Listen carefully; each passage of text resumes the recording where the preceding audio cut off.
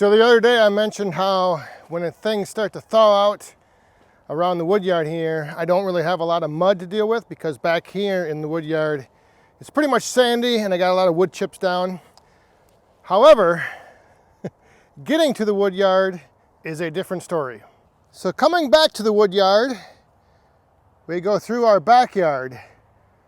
And the backyard was also sandy, just like the woodyard.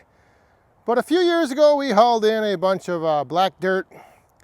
And that dirt, you guessed it, when it gets wet, it gets a little muddy.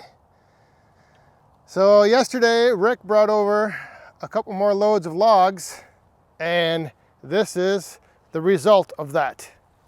And where it really gets bad is up here, right by the woodshed. This is kind of a low spot where all the water kind of collects anyway. So we've got a little work to do. We got to repair and level this all out, and I'm not sure.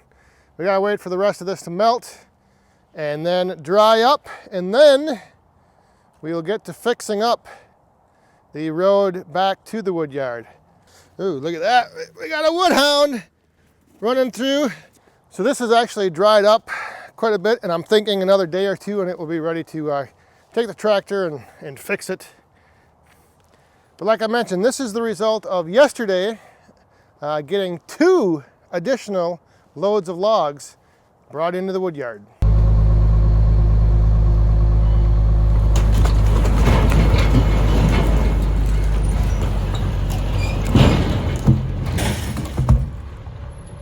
So I get asked quite a bit where I end up getting my wood from, where I get my logs from.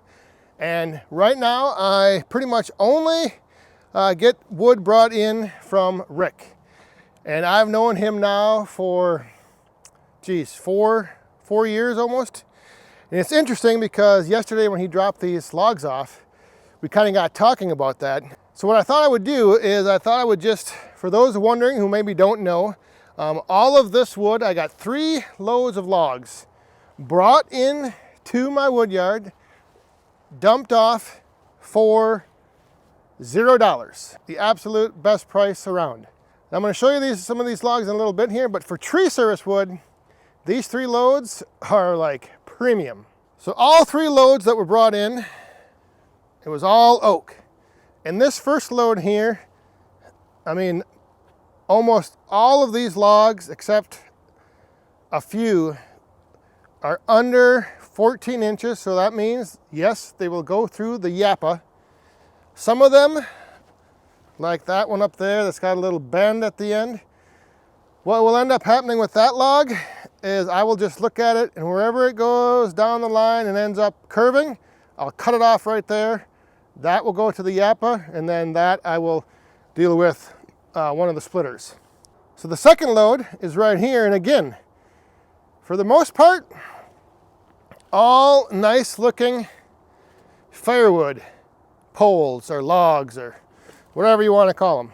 This one, again, it is nice from there to right about there.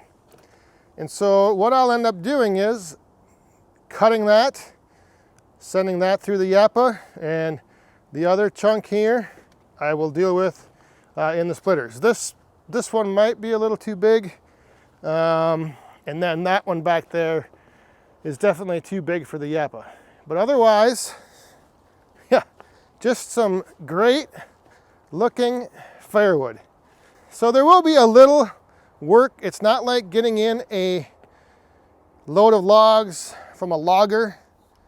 You know, they're not all perfectly straight. There is a little work that's going to be needed to get them ready to process up. And then the last load, the third load, right here. That one's too big for the yappa, but otherwise, just nice looking logs for, like I mentioned, coming from a tree service. And just look at that. That one is too big. This one's too big. That's too big. So there will be a mix of wood to run through the yappa, make it easy to process that stuff up, and then whatever left will need to be bucked up and run through the Easton Made 37D. So I mentioned how yesterday when Rick was here, we kind of got talking about how we first met and some of the early loads of logs that he used to bring to me. So people will ask, how do you get in touch with a tree service company? How do you get wood for free? Like how could I get all this wood like this brought into my wood yard for free? And that's where it wasn't always like that. We were talking about yesterday, Rick had mentioned how like one of the second jobs that he ever brought me was a huge basswood tree. And he said that he was pressed for time. He had a limited crew. I think he said I think he said he only had 2 people working with him on this job. And so he was kind of in a pinch and he needed to get rid of that basswood tree. It was close by and I said, sure, bring it over. So he ended up bringing me 6 dump trailer loads of basswood. For those of you who don't know, basswood is not the most desirable firewood. But I knew at the time that I wanted to start building and networking with tree service companies. And this was my opportunity to help him out, take something that, yeah, it'll burn. It can, it turned into bundle wood. I mean, I was burning big chunks in the boiler. It all burns. It's just that, like I mentioned, basswood is not that desirable.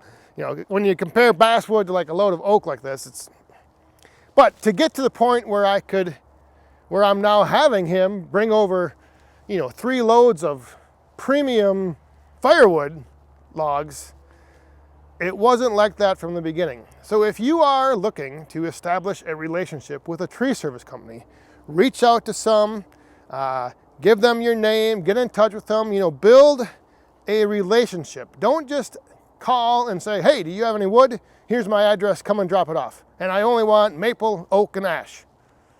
Like, that's not the way to go about it.